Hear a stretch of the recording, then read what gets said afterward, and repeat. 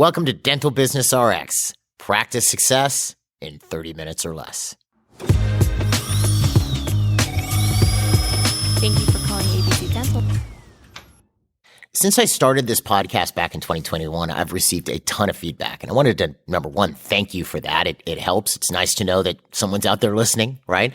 And also it helps in putting together what future episodes might be because it sort of fits what you're asking me about. And to that end, the question or subject I'm asked about the most is treatment acceptance and treatment presentations. I mean, by far, the number one issue that I'm asked about. And I understand why. I mean, to begin with, it's one of the weakest areas in the dental industry. I've mentioned this before. The other weakest area being patient retention, recall, reactivation, things like this. It's also the most immediate way you can produce an outsized impact on your practice. At least one of the most immediate ways. Your collections go up. Potentially your profitability goes up. You get to do more of the treatment that you love to do. And actually, most importantly of all of this, your patients are getting their full treatment plans, what they really need, not just what insurance is covering, and it increases their health and their overall quality of life. So we've done a bunch of episodes on this to this end, based on your feedback. And I was looking back through these episodes and I noticed, I've done stuff on the organizational side of sales. I've talked about the financial discussion as well as how to structure your case presentations. But I did notice something big was missing. When you've explained a patient's treatment plan and you get to the end, maybe you've told them the cost or whatever, what are you supposed to do when they tell you, doctor, I need to think about this, or I'm very busy right now, or I need to wait, or I'm only going to do what insurance covers, or something along these lines? In other words, what are you supposed to do when a patient gives you objections? I'd never covered that before. So that's what I want to cover in this week's episode. I want to talk about how to effectively handle objections so as to increase your treatment acceptance. My name is Jeff Bloomberg, and I'm your host.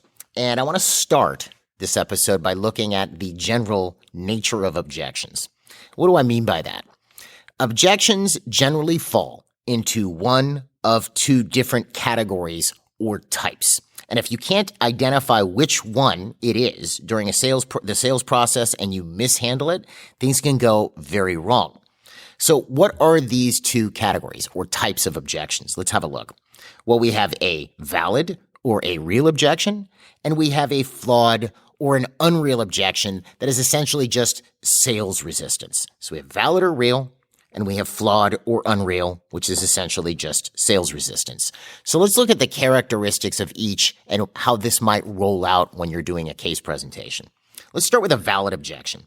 Valid or real objection has three basic characteristics. One, it sounds valid or real. Okay, it makes sense. It doesn't sound ridiculous.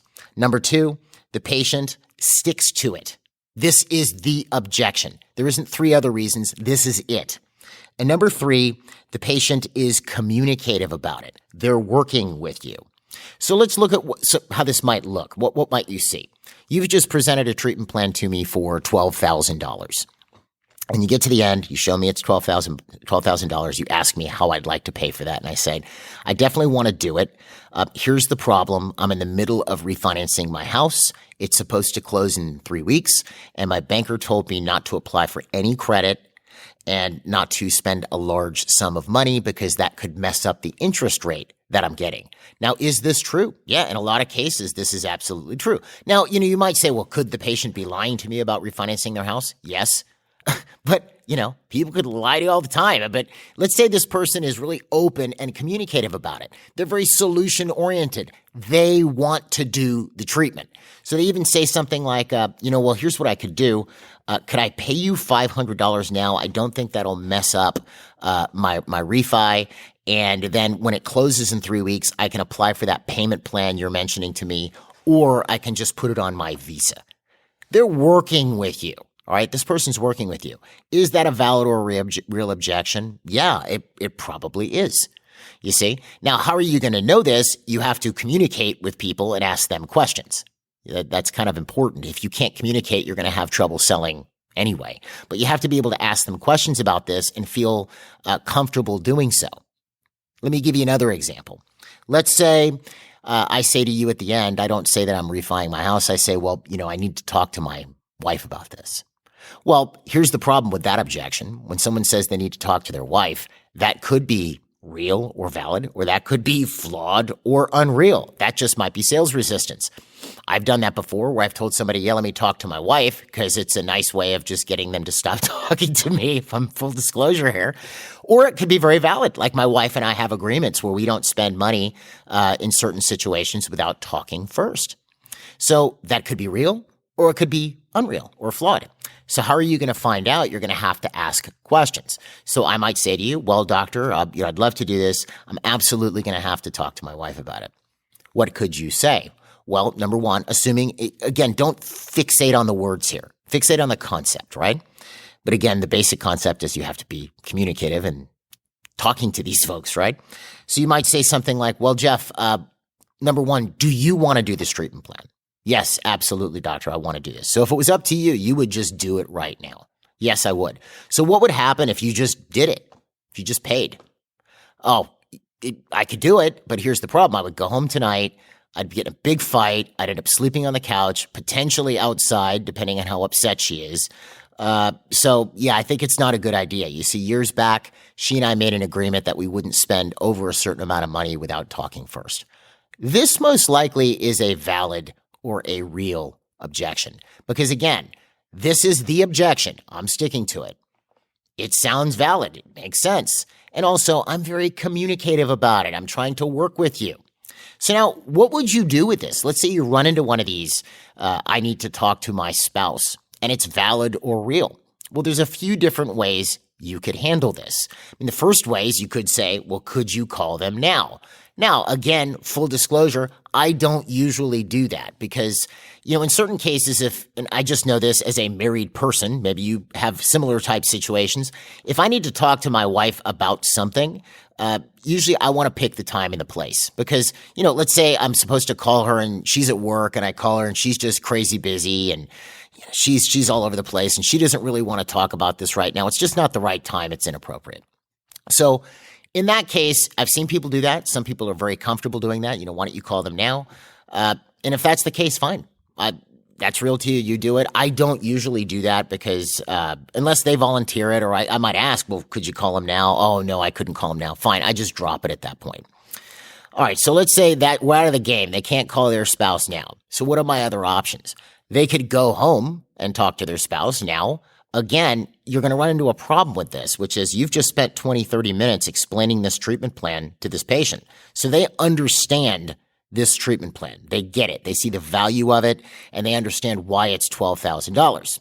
When they go home and they sit down with their spouse and they explain to their spouse what their treatment plan is, unless they're a really good explainer, that may not be very real to their spouse, the treatment, but what is going to be extremely real?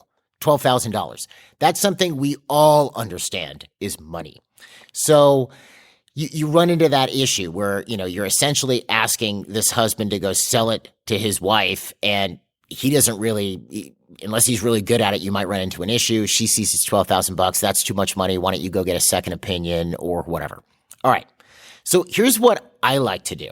And I do this, I would do this not only in dentistry, but I do this here at MGE if I'm, if I have somebody signing up for a program. I personally I don't want to be the source of marital conflict. And I believe it's very important that when one person is doing something, like here at MGE, someone's doing a training program, for example, I want them to have their spouse's support. I don't want it to be a problem because, getting through our program takes time. Takes effort, takes money. So if their spouse is, anti them doing it, it doesn't work that well. It's a little bit of a problem. So I'm not interested in creating that effect. And sort of on a smaller level, you may have that situation in your office. You don't want somebody spending $20,000 and their wife won't talk to them or husband won't talk to them for 2 weeks. But why do you want to deal with that? So here's what I would do. And this is just me. Whether you want to do this or not, this is up to you. So let's say you've gotten to the end. You're talking to me. It's $12,000. I tell you, well, I definitely have talked to my spouse about this. You might say something like this. Well, and again, don't fixate on the words. Fixate on the concept. Well, Jeff, here's what I'd like to do. We've spent 20, 30 minutes. I've gone over everything that you need. You fully understand it, right? Yes. Okay, good. So here's one of the problems I found when this comes up, because this has come up before, is I send the person off to go talk to their spouse, and the really the point that everybody is going to universally understand is the cost, but your spouse may not understand the value associated with the cost. So here's what I'm willing to do. I will make myself available again, just like I did today, and I can bring both you and your wife back in, and I can re-explain the entire treatment plan, answer any questions she might have so that, everything's explained and you're both comfortable with proceeding. Now, number one, as a patient, if a doctor told me that, I'd go, wow, that's pretty cool. This doc's making himself available or herself available to explain this to my wife too, so I don't have to deal with that and get yelled at and get asked questions that I can't answer, right? Well, that's pretty cool. And number two, what's cool about this, so that's how it appears to the patient. And it's true. The other thing that's cool about this is, let's say my wife isn't one of your patients. So now I come back with my spouse for this consultation, and there's me and there's my spouse. Maybe you and my spouse are getting along well, and, you might ask her, well, do you have a dentist? As a matter of fact, she doesn't. Well, why don't you, we have a new patient special. We can get you scheduled sometime next week. Let's just bring you up front and you can talk to the scheduler. Do you see? You get a free new patient out of it, which why not, right? It's nice to have that in the practice. But in that case, those are the three different ways you could handle that. But assuming it is a valid objection, that's what I would do. And you're going to run into other types of valid objections. Look, I can't do this right now. I'm leaving the country tomorrow. Okay, fine. What are you going to do? I'm leaving the country for 3 months. Okay. Maybe, you're not going to prep a bunch of crowns that you can't deliver for 3 or 4 months and leave me in temps as I leave the country, unless I'm in severe pain or the disease is problematic, in which case we're going to have to figure out something. So you have to look at and be communicative and talk to your patients to understand what's really going on to determine, is this really valid or real? Or is it invalid, unreal, or just pure sales resistance? So let's look at that type of objection for a second. So a flawed or a unreal objection, sales resistance essentially has two basic characteristics. Number one, the patient is not super communicative about it. And number two, the patient doesn't stick to a particular objection. So let's look at how this might look. You've just told me my treatment plan is $12,000. And I say, well, I just don't have time for this, doctor. I'm very busy. Now, you notice I'm not saying what I'm very busy with. Or I have appointments here, or I'm leaving the country, or I'm just very busy, or that's a lot of money, or my favorite, which is I need to think about it, right? But let's progress through. How would this look? I'm very busy. So let's say you address that for a second. Well, we can work around your schedule, blah, blah, blah. Yeah, but it's a lot of money. Well, it's blah, blah, blah, blah, blah. Yeah, but, I probably just need to think about it. Do you see how I'm sort of like changing a channel? My objection changes each time. Or I might bring up the I'm very busy objection. You've addressed it a little bit, and I stick to it for a second. But then I jump off of it, start talking about the fee, and then I go back to how busy I am. Yeah, I'm just thinking about this. I'm just so busy. So you'll find with flawed or unreal objections, basic sales resistance, the person changes the objection like they're changing the channel on a TV, okay? Or on a cable box, or actually, are there channels anymore with Amazon Fire? Anyway, you get the idea. It's like changing a channel. All right. I'm also not very communicative. So I say, yeah, it's just a lot of money. That's a lot different than saying I'm refinancing my house. Or that's a lot different saying, doctor, I'd love to do this treatment plan. Here's the problem. I only have $1,000 available on this one credit card, and I couldn't write you a check for more than $3,000. So I could only come up with $4,000, but the plan is $12,000. Can I do a payment plan? That's me being communicative about it. All right. Me just saying I can't afford it. It's very expensive. This is not me being very communicative. This is basically sales resistance. I'm trying to blow you off. So what's behind this sales resistance? Well, ultimately, it's pretty basic. The person doesn't want to do what you're asking them to do for whatever reason. That's basically what it is. It's essentially a nice way. If I tell you I want to think about it, all these other things, and we'll talk about these a little bit more, it's a nice way of saying no. Play that forward. Jeff, here's your treatment plan. It's $12,000, blah, blah, blah. What would happen if I just said to you, no? Have you ever had that happen before? You probably have, but probably not a lot. You've explained my treatment. I go, yeah, thanks, doctor. No. Nobody does that. What do they say instead? Oh, I'm really busy. I have to wait. Let me think about it for a little bit. These all mean no. All of them mean no. It's just a lot. I don't know. I know nicer isn't necessarily a word, but it's a nicer way, a more pleasant way, an easier, less confrontational way than saying no. That's all it is. So why are they saying no? It could be any number of reasons. They don't want to do it. They can't associate the value or the value of what you're explaining to them. It doesn't outweigh the resistance that they have to doing it. You see? Let's just pop it out of the dental realm for a second, because you can kind of understand what I'm talking about here. So I have a resistance to doing whatever it is you're explaining that I need to do. It's not necessarily a rational resistance, but it's a resistance. And then you're explaining that I have to, what you're explaining is supposed to have a certain amount of inherent value in it. So there's value in what you're explaining, and then there's resistance I have to doing it. So the question is, does the value of what you've explained outweigh or help me to overcome the resistance I have to doing it?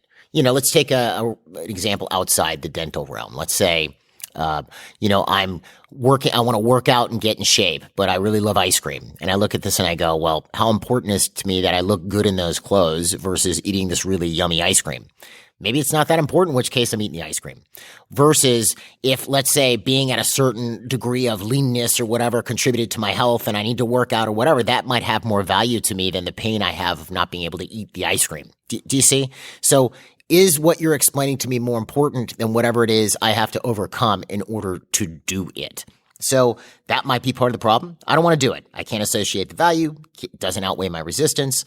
It might be that I have some type of considerations or thoughts about it that I'm not really communicating. Maybe I'm petrified of getting a shot. Maybe I hate drills, like the sound of a dental drill just really drives me around the bend. And that's resistance. Then I can't overcome that because what you've explained to me doesn't necessarily have that same value. It's not more valuable to me than me not doing it in my mind. You catch where I'm going with this? So I have this resistance, and what you're explaining is not important enough for me to overcome that resistance. But ultimately, all these, flawed, unreal objections are a nice way of saying no. So let's take a look at a couple of these, the most common ones. So let's say I tell you at the end, doctor, I really need to think about this. So again, what does that actually mean? I'm basically saying no in a nice way, because let's be real. Am I going to go home and take whatever literature I can get from you on the treatment plan you've recommended, or, links to go look at videos online or whatever?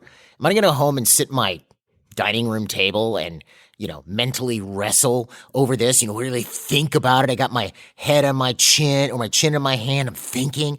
No, I'm not going to do that. Nobody really thinks about anything. When you bought a house, which is a large purchase, did you go home and sit down and think about it? No, you didn't think about it. You looked at, do I really want this house?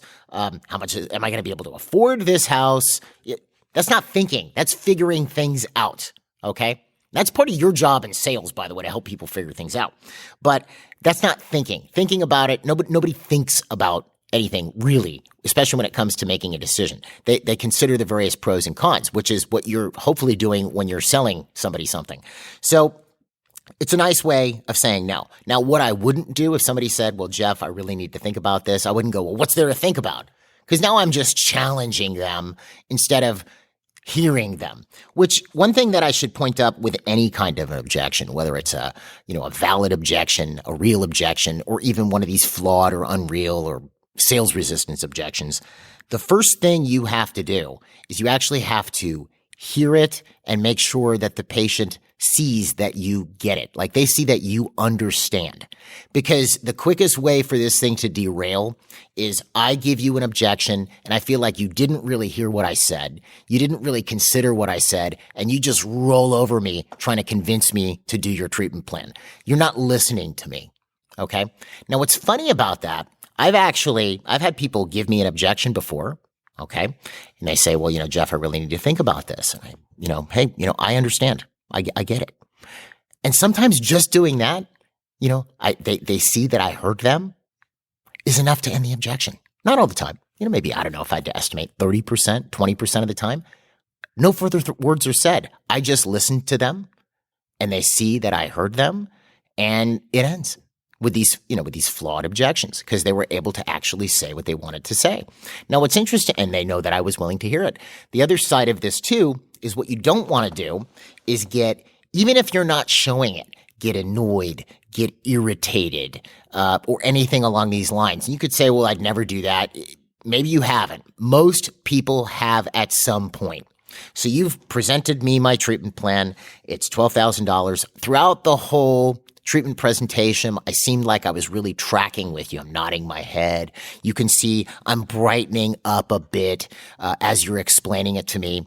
And then you get to the end and you tell me it's $12,000. And I say, doctor, I really need to think about it. And then that's not what you were expecting to hear. You were expecting to hear me say, well, yeah, let's do it. That's what you were expecting, but you didn't hear that. So your first thought is, what is wrong with this guy? This is annoying. This is not how I expected it to go. You get mildly irritated, mildly annoyed, as if this isn't supposed to happen. Well, okay, so I'm going to give you, I've done sales training for over 30 years, all right? I'm one of the speakers at our sales and communication seminars. I also have a bunch on our online platform, DDS Success. That's our shameless plug there. I'll put links on the episode webpage. But I'm one of the main speakers. I've done sales training for a long time. I've trained our sales team here. I've also trained, 100,000 people on the subject. Objections are part of the game. If you think that objections only happen when a patient has a low dental IQ or they're stupid or they don't care about their teeth, no, that's not the case. I guarantee you've given plenty of objections to buying things in the past. We all have. It's part of the sales game. It's sort of like if you watched a duck jump in the water and you got really upset about the fact that they're swimming in the water. Ducks swim in the water. It's part of the nature of the game. When you're selling a product or service, you are going to hear some objections. That is just the nature of this thing. So if you get upset about it, irritated, annoyed, you are now derailed. That's the last thing you want to do. You expect it. It's going to happen. Now, the beauty of it is, because it's part of the process, if you know what to do with it, you just handle them. There's really nothing wrong with that. Handling objections is actually pretty easy. It's not that big of a deal, but it is inherent in the sales process. Sometimes you'll get a lot. Sometimes you get none. Sometimes you get, one or two. It's just part of what happens. So I just wanted to throw that out there because, again, if you've just told me that and I gave you an objection, I want to think about it, and then you get slightly perturbed or irritated, whether you show me that or not, and this is something where this may or may not be true for you, I can tell when somebody's annoyed. Can't you? If somebody's annoyed with you, can't you tell? Even if they don't outwardly display it, of course you can. So you think that patient isn't seeing that? And again, many studies have found that people don't like buying things from people who are annoyed with them. I mean, I'm joking there, but you get the idea. It's not something you want to do. If someone gives me an objection, to me, it's like, oh, we're moving through the sales process. Cool. I listen to it, see if it's valid or real, or I see if it's one of these flawed objections that I just need to sort out. So the first thing I'm going to do if someone gives me one is I'm going to let them know that I actually received it. I understand, or, oh, okay, tell me a bit more about that. Whatever it might be. I'm really busy. Oh, okay, yeah, I get it. You're a pretty busy person. Whatever is real to you. I'm not going to give you a patter for this. Don't fixate on the words, okay? So someone's just told you they want to think about it. So how could you handle that? Assuming we're in good communication, I might do one of three things. And again, this is completely situational. The first thing I might do is, first I'm going to have some real communication with this person. So you've just told me, Jeff, I want to think about it.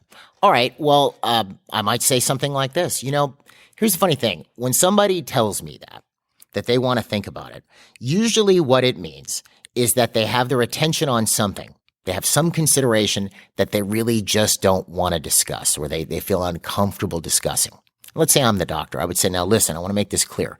I am your doctor. My job is to get you healthy. Ultimately, that is why I am here. Whether we're doing this now or next week or next month or next year or whenever, obviously, that's up to you. But it is my job to get you healthy. So I'm here. I'm dedicating this time for you. I'm here to answer all of your questions. So what is on your mind? What is it that you're concerned about with relation to this treatment plan?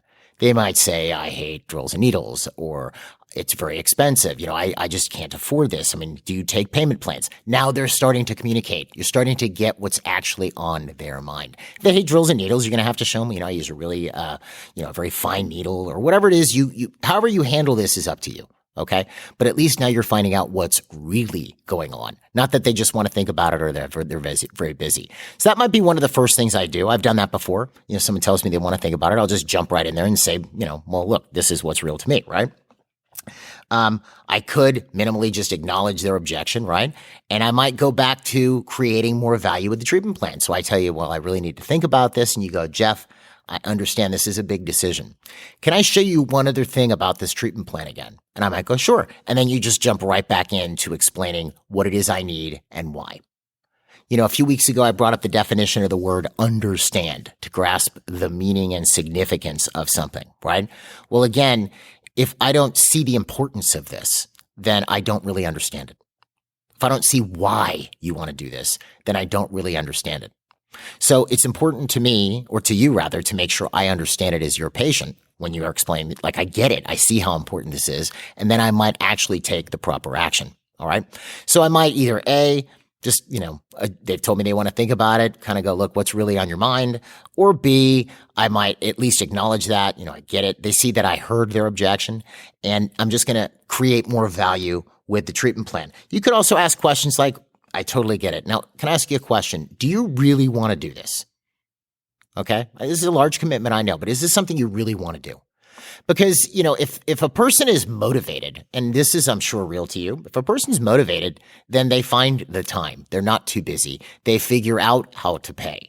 They make it work is the point. But obviously this person isn't motivated. So there's some reason they're not motivated, so that's why I'm going to ask questions, or I may just ask them straight up. Is this something that you really want to do? And the funny thing is with sales, and this isn't something that necessarily you would say, it's just something I've observed over the years, which is this.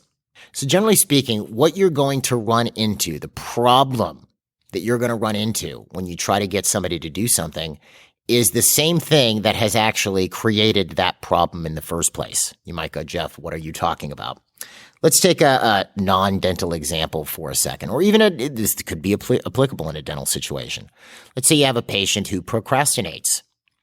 And they put things off, and they've put off this treatment plan you've explained to them now for 2 years, and it's starting to get worse. Well, what are you going to run into when you try to get them to fix this? Let's do this, Jeff. Jeff's going to procrastinate because Jeff procrastinates. You see? Someone who doesn't take care of their teeth or avoids things. They had a dental problem they should have seen you about earlier, but they didn't. They don't like dealing with or confronting anything having to do with their teeth. Well, what do you think you're going to run into when you try to get them to do something about their teeth? The fact that they already avoid their teeth. So this is why what you're explaining, what the understanding that you're creating with this person has to be bigger than this avoidance or this resistance that they have, so that they're willing to overcome that resistance in order to handle it. And that's why when you're talking to them, sales is actually for me very fun. I don't get into a whole thing where I got to close this person as if it's some weird dishonest thing. It's like, no, I'm talking to them, trying to help them. If you really care about your patient and you're sort of like reaching out your hand and here's this chasm that's their sales resistance. You're going, hey, let me help you across it. That's what you're doing.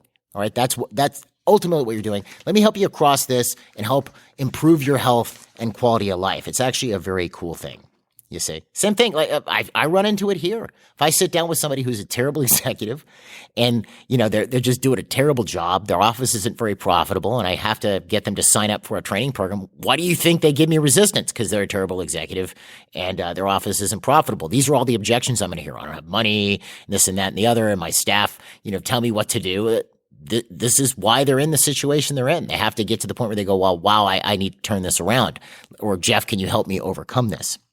So anyway, I could throw out all kinds of different, what if a person says they're too busy, like, for example. Again, I'm going to listen to it. I'm going to understand what's going on. Well, what do you mean? Good. Okay, good. And then I'm probably, in that case, I might ask him something like, do you really want to do this? Do you see why you need to do it? Or I might just bring them back to a particular point about the treatment plan and stress that importance rather. Same thing with, this is very expensive. But you got to be careful with this one too, because I tell you, doctor, this is very expensive. And then let's say you ask me, what do you mean? Well, it's just a lot of money, and I can't afford this, and I haven't gotten a raise in 3 years, and blah blah blah. You could sit there and have a 15 to 20 minute discussion with me about the fee. Well, you could try this payment plan. You could do this. You could do, no, I couldn't do that. Or why don't you put it on this credit card? Oh, I don't want to pay the interest. Why don't you do this interest-free payment plan? No, I can't make the payment. In other words, it's this whole back and forth about the money. I want you to remember something. Very rarely is the reason why a person isn't proceeding the money. In a very minute number of cases, the person just can't qualify to pay in any given way. And they can't, right? In which case then you're just dealing with, the immediate things that are the dental disease to at least get them out of pain or handle any disease state you find. Again, that's up to you as the doctor. But for most people, they could figure it out. So when it becomes like the back and forth about the money, abandon the money for a minute. Just say, listen, let's stop talking about that for a second. Do you actually want to do this treatment plan? Right? Do you see why you need it? Or let me show you why it's important to me we start on this now. Okay? Those are the various different things. Like I wouldn't necessarily go in the back and the forth because it's never about the money when it gets like that. So those are some of the basics. I hope this helps. I mean, there's a lot to learn on this subject. We spend close to 21 days between the sales training on our online platform, DDS Success, and the MGE Communication and Sales Seminars. There's also some advanced training on communication and case acceptance. Again, my shameless plug here, folks. I mean, the average increase from the communication and sales seminars is $288,000. That's average the first year, and every year thereafter, it's sometimes more. But and I'm one of the speakers of that seminar. I've been doing this for a long time. But I would definitely advise if this is an area that you want to improve upon, it can absolutely impact your practice in a very positive way. There's obviously also a lot of other information and material that'll sort of fill this in for you so that you feel confident presenting treatment in any size treatment plan, completely confident and comfortable. Anyway, so I hope all that helped. Try this out. Let me know how it goes. You can contact us you can contact me rather, via the Dental Business RX site in the Contact Us section, or you can just email me directly at jeffb@mgeonline.com to tell me how it's working for you, or if you're having any issues, or if you have any questions. And if you have any other questions about, how to improve your practice or want help, you can find us online at mgeonline.com or call us at 800-640-1140. Folks, have a great week, and I will talk to you at the next episode.